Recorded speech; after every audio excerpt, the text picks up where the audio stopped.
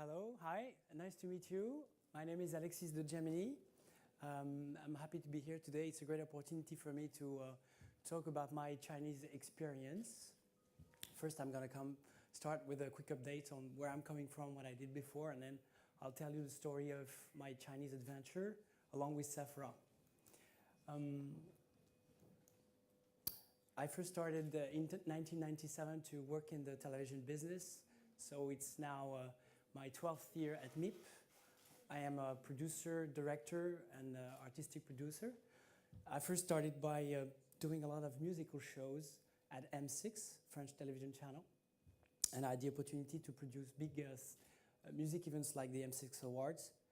Back in 2000, I had the other opportunity to work with Animal to launch Big Brother in France, which was called at the time Love Story. Which kind of put me on the map to become like the reality person for M6. In the competition with TF1, which is the other big channel in France, we tried to be before Star Academy, which was the other big franchise for reality TV. So we did Pop Stars on M6, which was a big success at the time. Then I created in 2003 the in-house production studio of M6. It's like ITV Studio or any other studio within a channel. The only difference is that it only produces for M6 and its affiliate channels. And I adapted The Bachelor for 3 seasons, which is a reality show from originally on ABC. Then to expand the offering of M6, I moved into adventure games. Came upon a guy called Ludo Pop who created Beijing Express, and together we did Beijing Express on M6. Now it's the 6th season. And last year I created Beauty Academy, which is my first original format in my new life as an independent. And well, funnily enough, I didn't sell it to France, where it's actually very complicated to create original formats.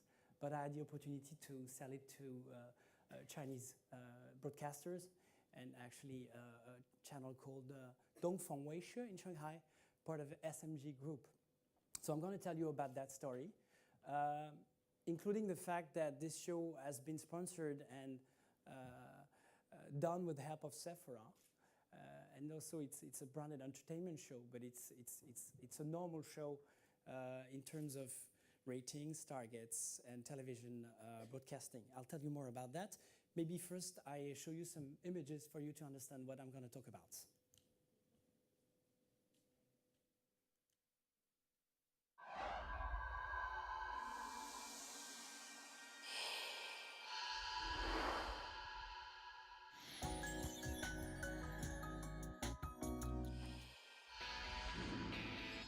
丝芙兰精彩呈现美丽学院，中国首次选拔全球彩妆界明日之星的电视大赛。本次比赛的冠军将在全国超过1万名怀揣梦想的彩妆师中诞生。美丽曾经梦想，我们一定会成功的。我相信我会走到最后一个。美丽学院，我来了。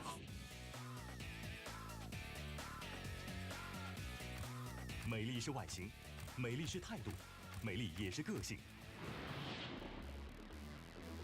但只有一小部分人真正掌握化腐朽为神奇的美丽技巧，他们就是人们常说的彩妆师。So I'm going to let you in on some secrets. 态度很重要。And then try to think we are monkeys. 全世界也只有一小部分彩妆师有机会为丝芙兰、纪梵希、百草集和 Makeup Forever 等这样的国际品牌工作。世界美容与化妆品零售权威丝芙兰携手国际团队倾力打造美丽学院，旨在寻找中国新一代彩妆师的电视大赛即将拉开序幕。全国选拔胜出的60名选手将齐聚上海，只有12名最具潜力的佼佼者能进入美丽学院继续接受培训与挑战。最终的冠军将获得丝芙兰中国特约美妆形象大使身份，启动属于他的价值20万的梦想合约，并前往时尚之都巴黎和纽约参加培训，由此开启他的美丽人生。在接下来的10周里，东方卫视将为您呈现一场前所未有的寻找彩妆新星的精彩大赛。在这里，选手将接受最顶级的专业培训，接受最严峻的考验。与最资深的彩妆大师零距离接触，为国际名模与明星打造时尚妆容。谁将赢得这场比赛？谁将会成为中国下一位国际彩妆界新星？谁将得到这份梦寐以求的工作，以及与丝芙兰的巨额工作合约？欢迎来到美妆的世界，欢迎来到美丽学院。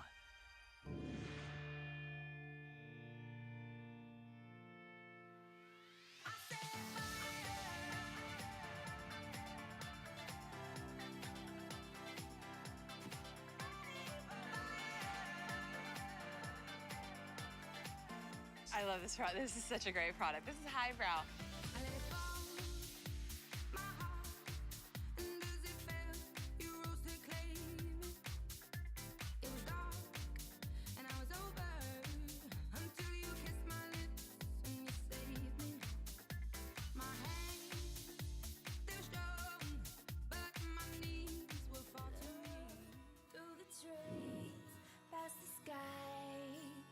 Beyond the northern lights, you will see my delight, reflecting in your eyes. And I won't let go if you wait for me. Whenever, whatever, and then you select the destination. Whatever, whatever I walk through. Whatever, whatever I walk through.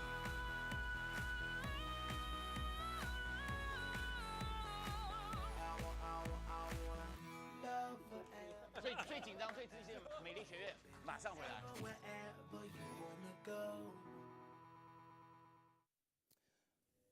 So this is the show. It's called Beauty Academy. It's a show I created in 2010. At first, it was not meant to be a branded entertainment show. It was meant to be a format, which is the business I am in. But when I came to China, it was apparent that if I wanted to be the first foreigner to do TV in China with an original program, I had to partner with a strong group. I had the opportunity to meet Sephora, and when I pitched them the Beauty Academy, they thought it was perfect for them. And this is the story I'm going to tell you about right now. It kind of all started back 50 years ago. To create formats in my business, the first thing to do is to do a lot of research. When I had the opportunity to go to China to pitch, I did my homework, and I came upon China's history from the 50s to the 90s by an author called Xin Ran. She's a Chinese person living in London. And I came upon that book, so beautiful pictures, and understood that among the things that communism had brought in China in 1949, there was a strong sense of a balance between male and female. One of the good thing about the communist ideology, at least in China, was that male and female were supposed to be equal, which had some effects positive for the female status in China.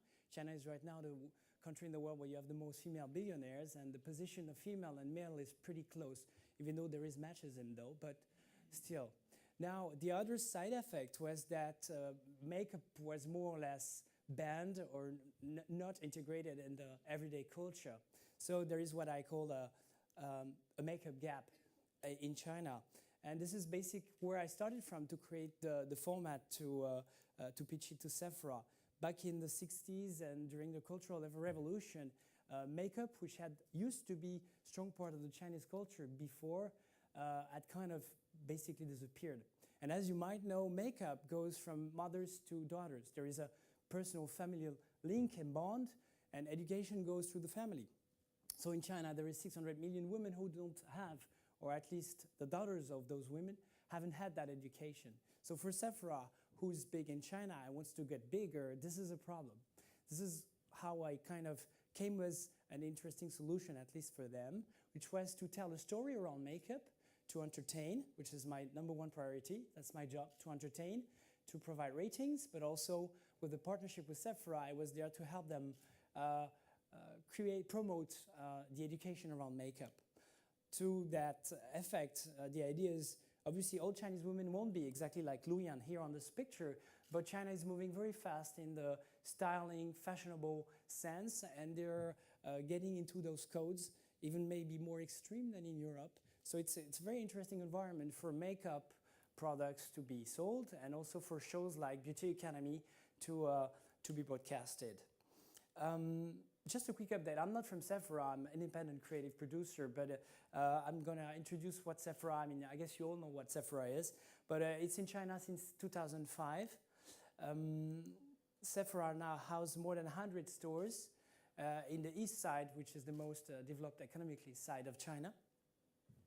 And they wanted to promote their brand awareness and to increase their market share. So that I met the CEO of Sephora in China, Anne-Véronique Bruel, which is a fantastic, by the way, it's a woman. And I pitched her Beauty Academy, and she immediately said, this is what I want to do, because I don't think the 30 seconds traditional advertising is enough for me to actually accelerate my brand awareness. So I think that doing a TV show and being sponsor of a TV show is a great idea, especially reality TV show, which are in China, like everywhere else, strong ratings, rating shows.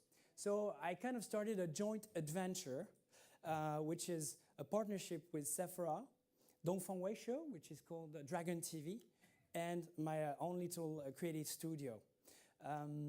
This is the way it worked very fast.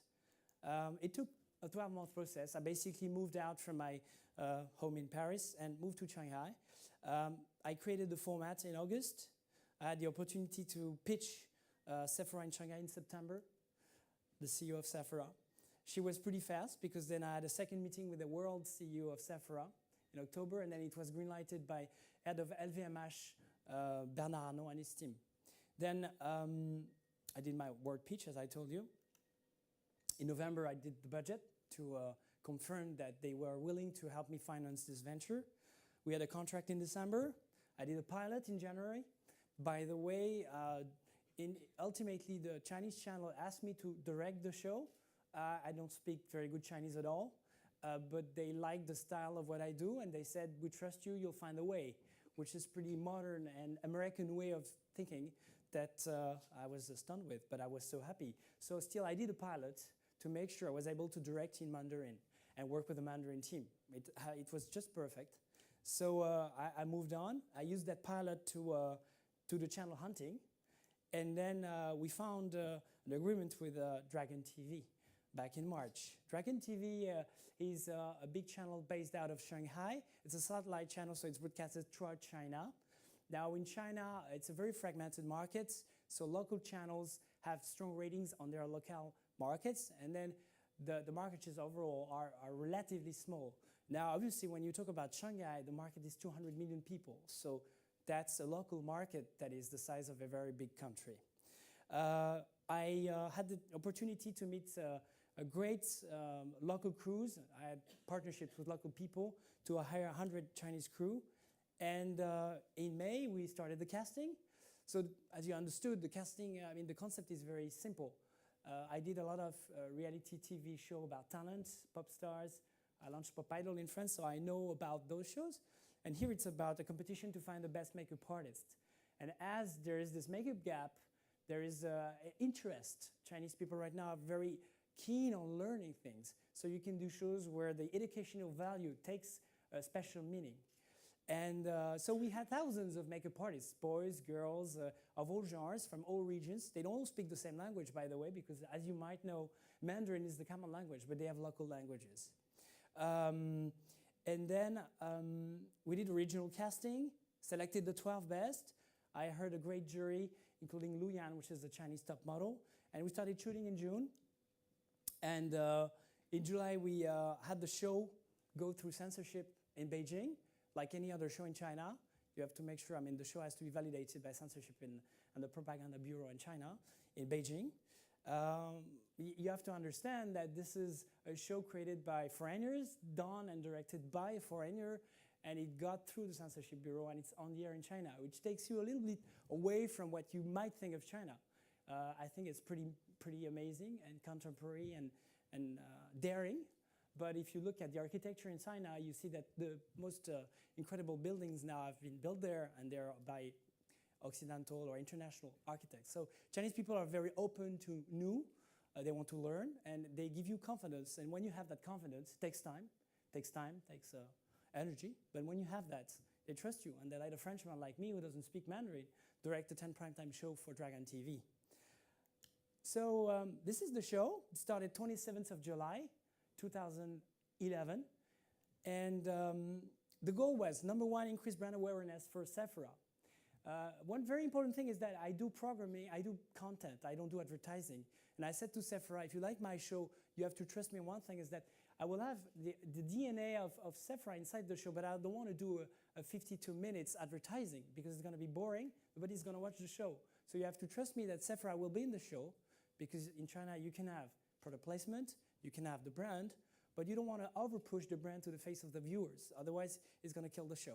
So I had the chance to have a fantastic partner because Sephora trusted my artistic and experience to put the brand in the show without getting the viewer annoyed.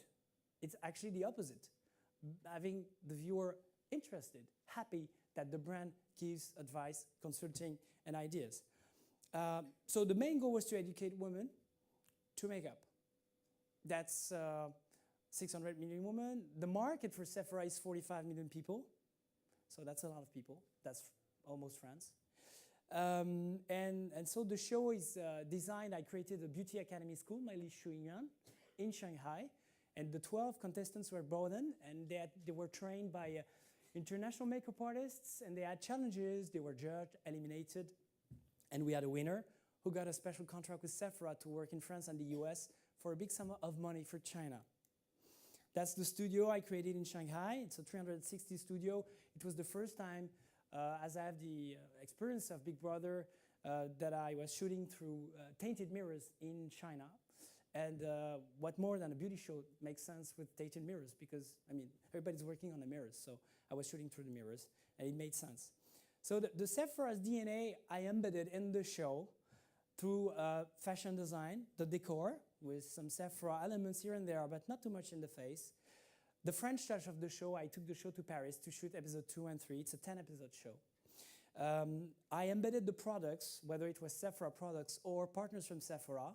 If you know about makeup, there are some very famous brands like Benefit from San Francisco, like Airboys from China, like DVF, Diane von Furstenberg that you saw there. So we had all kinds of product placement and partners, but I created the challenges and the story around those brands, not the other way around. I didn't put the brands in the middle of the show. Wouldn't make sense. And it actually helped me a lot creative-wise because I could really, I'll give you an example. I was working with Makeup Forever, which is a very, very interesting makeup brand. They do colorful stuff. They're very good at body painting. Body painting is doing makeup all over the face and the body sometimes, okay?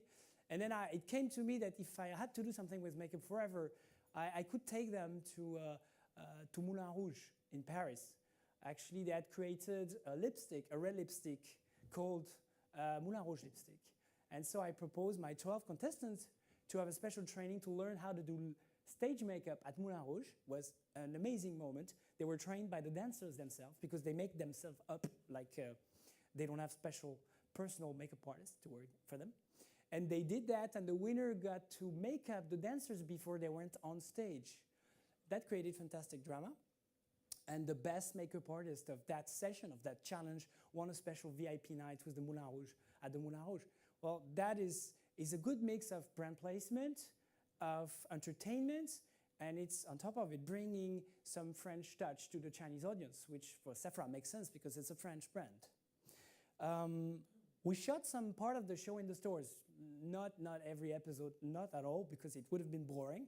But every time I could come up through a store, like shooting a video clip in Shanghai or giving them a limited budget to buy makeup, to do something, they could go to the Sephora store. So they had master classes because, as I told you, it's interest for Sephora, but also for the Chinese viewer to learn about makeup. So beauty tips were embedded in the show, and they had challenges like in any other reality show. So the season 1 was a success, a big success because we're doing season 2. The ratings improved by 30% on the channel. It was broadcasted Wednesday night at 10 o'clock p.m. We had 25 cumulated votes, 25 million votes on the internet. You cannot vote on TV in China. It was stopped 3 years ago because too many people were actually voting for singers to be eliminated. 120 million actually in the last show. So you can only vote for contestants through the web. So we had 25 million cumulative votes, 15 million episodes viewed on the internet. Maybe when I come to the Q&A, I'm going to finish fast. We'll talk about this because internet and TV is very importantly embedded in China. You need to if you want to have a success. And we now have a 60,000 plus active Weibo fan base, and Weibo is Twitter in China, but it's different. It's richer in terms of content, and it's key to do any marketing campaign in China. It's to be on Weibo. And to finish with this, well, I'm starting season 2, going to China 15th of April to shoot season 2 with Sephora and Dongfeng Weishe again. So I'm pretty happy about that. It means they're happy with it. And we're gonna do a beauty academy in Brazil with Globo, and hopefully in other countries. I'm here at this MIP to actually pitch the format to international broadcasters and producers. Thank you very much, and I hope it was clear. And it's time for questions. I just have 2 minutes. I'm sorry, I've been a bit longer than expected. Thank you. Oui? Vous avez un micro, madame. On n'entend pas, c'est pas grave, allez-y. Vous avez une feuille de route assez impressionnante qui sans doute aidé à pouvoir accéder à la Chine. À quoi ressemblait le projet lorsque vous l'avez présenté à Sephora? Est-ce que c'était vraiment une bulle? Vous aviez... D'accord, okay. So I'm going to answer in English so that, sure. The question is how far the project was developed before I pitched it to Sephora. Well, basically, in my business, in my creative life, to develop a format, you create what we call a Bible. So I create what we call paper format, like everybody else first, and it's like a 40, 45-page document where I've designed all the show, all the challenges. It's pre-written, it's a Bible. So I pitched the Bible. Obviously, I had just 1 hour to pitch. So I pitched the concept, I pitched the main elements, but there was already this. And then I settled in Shanghai, and there was this, because I was writing and rewriting, trying to make sure everything would work together. And basically, we prepare a lot. Even though it's reality TV, we actually try to script as much as we can before. And so it was pretty much there.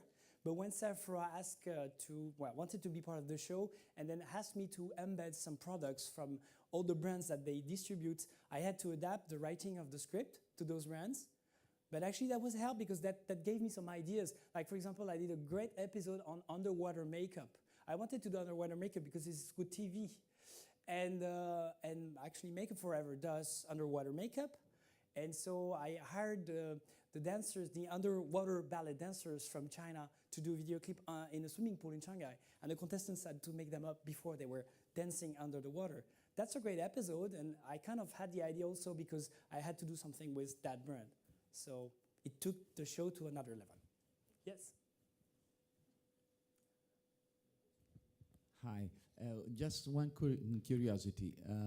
You're pitching or you're doing the same show in Brazil with Sephora? And that's a good question. So the question is, who owns the IPs and how did you manage that part? Okay, I own the IP, I own the copyright, I'm the creator of the show. Now Sephora is my partner. They have a first look to any other country in which I go to. It happens that in Brazil they didn't use that option. So it's another partner with whom we're going to do the show there. But Sephora has first look on any international adaptation of the show. Yes? You know, did the agency, I'm Anil Vanwari from India, did the agency at any stage get into the entire act of, or did you just have to deal with the brand? Because oftentimes the agency can be a helping hand or it can be an interrupter. Yeah. Well, I don't know if it's I don't know if it's a chance or a problem, but I had the opportunity to go directly to the brand. I didn't went through any agency, and there is no agency involved. There is an event company, because this is true, an event company that I could pitch to Sephora. So there is kind of an intermediary, there is, but it's not the usual one. So it was kind of helpful because they didn't want to take it their way. They just opened me the way, and I could really do a television show and bring my expertise to people who usually are advised by advertising agencies which have another expertise. So I think it was a luck for Sephora and for me. That's why I think Sephora just went onto it. Yes? I hope I was clear in my answer. Hi, thanks. Could you talk a bit more about what you did to stimulate that digital thing around it? What did you do to kind of build the web app? What did you do on web app? How did you kind of get that buzz going? Well, first of all, I edited a lot of special footage for the web only. So exclusivity was important. If it were me, I would have broadcasted the episodes before the channel, but it was not possible. But I hope I can convince them to do that because it creates ratings, doesn't kill ratings. That's another story. And I had an EPR company to help me out with really creating the movement around the content, because in China, like anywhere else, if you just put the content there, even though there is great promotion in the cities and on TV, it's not enough. And so I had an EPR company to help us post a lot of stuff and create, like, you know, a positive vicious circle. So this is really where I needed the help of some people who are specialists in internet in China, which is key. Hello, Najib Sabah from Endemol. This is what I can call branded entertainment, and it's your first experience maybe in branded entertainment. But do you wish to continue, and do you have shows, whether paper formats or short shows, that can be tailor-made to other products? Do you have okay. Well, to be very honest, Najib, I don't start by thinking of a product to create a show. I first start do research, sociological analysis. The way I do shows is, for the last 10 years, I know a show that works is a show that resonates with a social and cultural trend. So I look for those trends, I create shows, and then after that, I see whether there is a brand or not. Originally, I'm a classic television producer, which means that my first client, natural client, is the TV station. But then, in the world we're living in, finding a brand partner makes things easier to finance the show. And then the second step is, I'm willing to adapt my creation to fit the needs of the brand, and then I know where to go and where not to go. At least I did it with this one, to protect the artistic side and still to be at the service of a brand. And this is where I think what I did is real branded entertainment, because everybody talks about it, but I did it, and I think the fact that I'm coming from TV and not advertising is one of the reasons why. But I have other formats, so if you have a brand, let me know. Oui.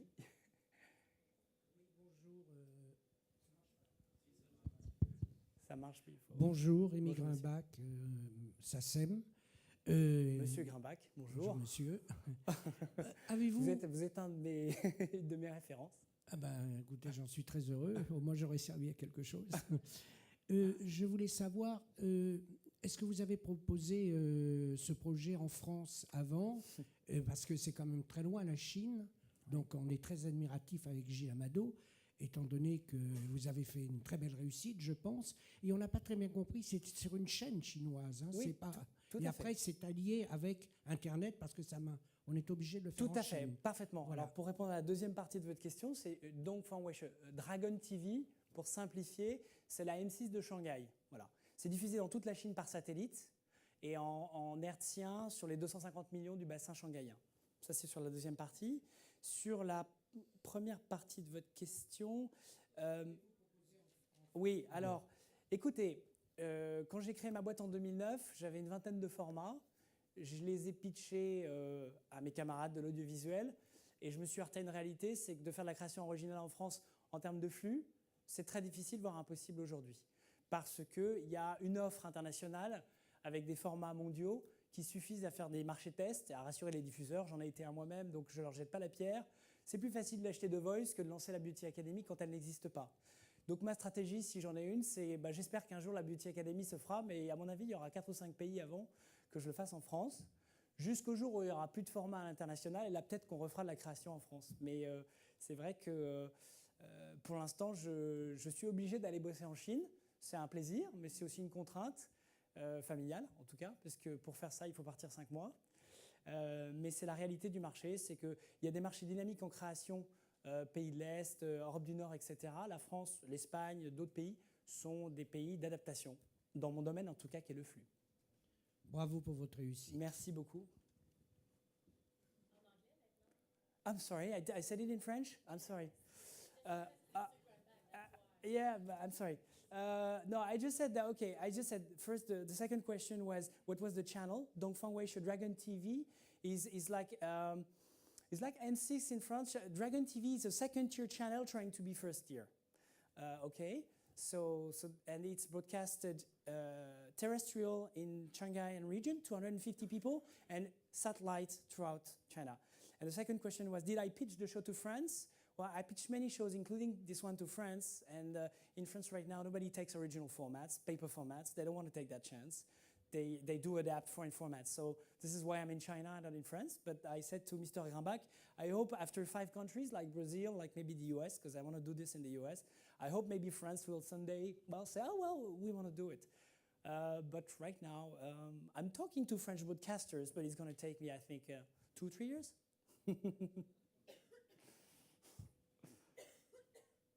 Any other questions? If not, well, thank you very much for your attention. Et monsieur?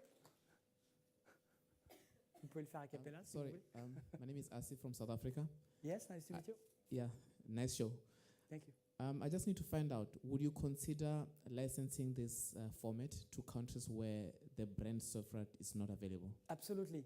Sephora has a first look to be the title sponsor to any international version of the show, but where there is no Sephora stores, they're not interested, obviously. So there, I'm open to license the show to local broadcasters or producers and to help them find another big brand to do the show.